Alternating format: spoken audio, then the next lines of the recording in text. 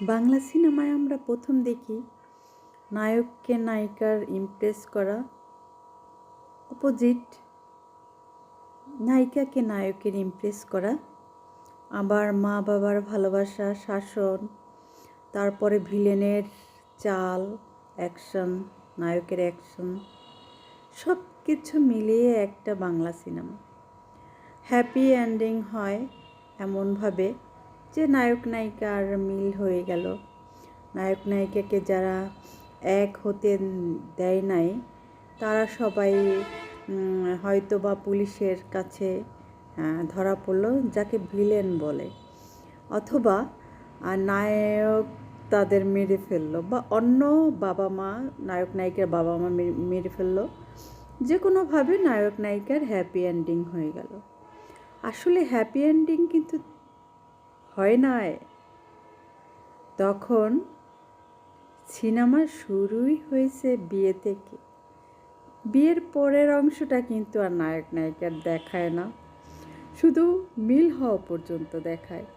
বিয়ের পরে যে ট্র্যাজেডি চলে সংসারে, যে টানাপোড়েন চলে, যে ভিলেন আবার এন্ট্রি নেয়, তার কোনো কিন্তু আর সিনেমার ভিতরে থাকে না অংশ। শুধু থাকে নায়ক নায়কের মিল হওয়া পর্যন্ত, হয়তো বা বিয়ে পর্যন্ত হয় অথবা মিল হয় এই পর্যন্ত, হ্যাপি এন্ডিং দেখাই শেষ করে।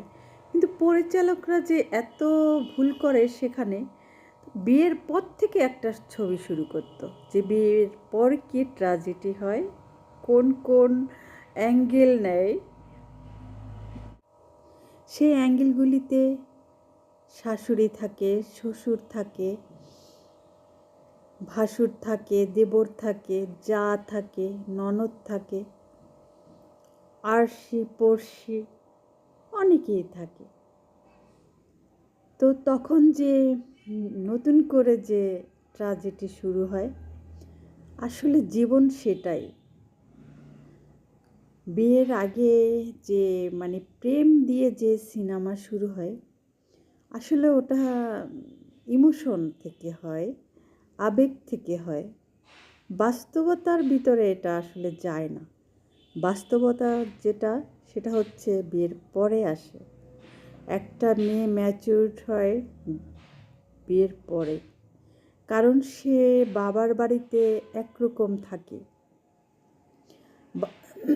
সব মেয়েরাই হয়তো বা কিছু কিছু ফ্যামিলিতে আছে যে আপনার মেয়ে ওরকম ভ্যালু দেয় না, বা ভালো পরিবেশে বেড়ে ওঠাও হয় না। তো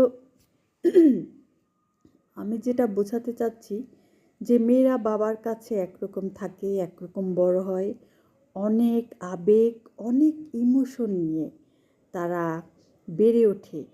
তখনকার বয়সের একটা যে কি বলে ওটাকে, যে চাহিদা, তাতে একটা মেয়ে একটা ছেলেকে পছন্দ করবে, একটা ছেলে একটা মেয়েকে পছন্দ করবে, এটা স্বাভাবিক ব্যাপার, ন্যাচারাল। তো তখন সিনেমাটা এরকম থাকে যে বাবার খরচে মেয়ে চলে, বা ছেলে বাবার খরচে চলে, অন্যরকম একটা উড়ু উড়ু ভাব, স্বাধীনচেতা মানুষ। তো স্বাধীনতা, স্বাধীনচেতা, উড়ু উড়ু ভাব সব কিছু নিয়েই সিনেমার ভিতরে গল্পটা থাকে। তো সে গল্পের ভিতরে কষ্টটা থাকে এমন যে হয়তো বা যাকে ভালোবাসে মেয়েটা তার কাছ থেকে কষ্ট পেল, আবার ছেলেটাও যাকে ভালোবাসে তার কাছ থেকে কষ্ট পেল, এমন ছোটোখাটো ইস্যু আর কি। কিন্তু বিয়ের পরে যে ড্রামা শুরু হয় জীবনে, আমার মনে হয় এর চেয়ে বাস্তব সিনেমা আর কিচ্ছু হতে পারে না। এটাই হচ্ছে মূল অংশ, সিনেমার মূল অংশ আর কি। তো যাই হোক, আমরা আসলে এভাবে একটা সিনেমা দেখতে চাই যে প্রেম, ভালোবাসা, ঘোরাফেরা সব কিছু তো দেখেছি। আমি আবার একটু শাবনূর ভক্ত। শাবনূর আমার জীবনের একটা অংশ। যদিও আমার শাবনূরের সাথে কোনো দিন দেখা হয়নি, অনেক নায়িকাই মানে শাবনূর ছাড়া শাবনূর ছাড়া সবাইকেই দেখেছি। আর নায়কদের ভিতরে সবাইকে দেখেছি, কিন্তু যারা আগে মারা গেছে তাদের দেখা হয়নি, যারা জীবিত ছিল তাদেরকে দেখেছি। তো যাই হোক, সেই গল্পগুলিকে আমি খুব মিস করি, বিয়ের পরের গল্পগুলিকে। আমি মানে মরার আগে একটা সিনেমা দেখে যাইতে পারতাম, যে প্রেম ভালোবাসা থেকে না, বিয়ে থেকে কোনো সিনেমা শুরু হয়েছে, জাস্ট এই বিয়ে।